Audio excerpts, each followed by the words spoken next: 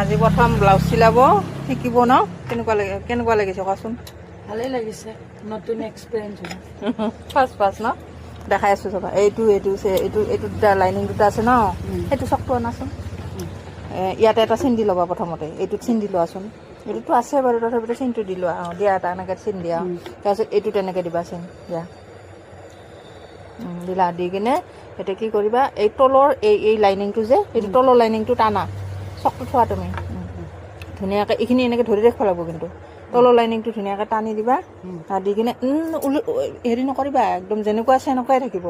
সেইটো তলৰ লাইনিংটো এতিয়া পাৰি ল'বা, লৈ এইখিনি বস্তু গোটেই ধৰাচোন, এইখিনি গোটেইখিনি ওপৰত পাৰি দিব লাগিব, এইখনৰ ওপৰত এনেদৰে, বুজি পালা ন? এইটো এনেকৈ পাৰি কিনে এইটো পাৰ্ট এনেকুৱা হ'ব, আৰু সেইটো পাৰ্ট হ'ব।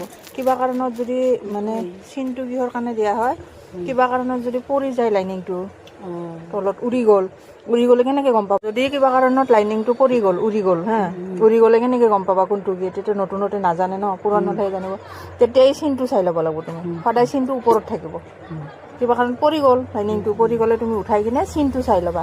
দুটা পাৰ্টৰে চিন দুটা যদি ভিতৰত থাকে ভিতৰতে থাকিব, আৰু যদি চিনটো এইখন ওপৰত থাকে সেইটো পাৰ্টৰো ওপৰতে থাকিব।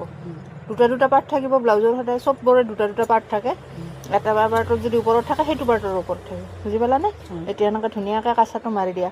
এইখিনি তলত কাপোৰ ৰাখি দিবা হা, তলত ৰাখিলে তাৰমানে কি হয়, চুটি দীঘল হ'লে ঠিক কৰিব পাৰি। অকণমান এইটো উঠাই দিয়া, দি কিনে তুমি ইয়াৰ পৰা কাচাটো মাৰি যোৱা। ইয়াৰ পৰা ধুনীয়াকৈ এনেদৰে যেনেকৈ আছে এনেকৈ মাৰি যাবা, নোখোলাকৈ। ইয়াৰ পৰা মাৰা, এনেকৈ ধুনীয়াকৈ মাৰা।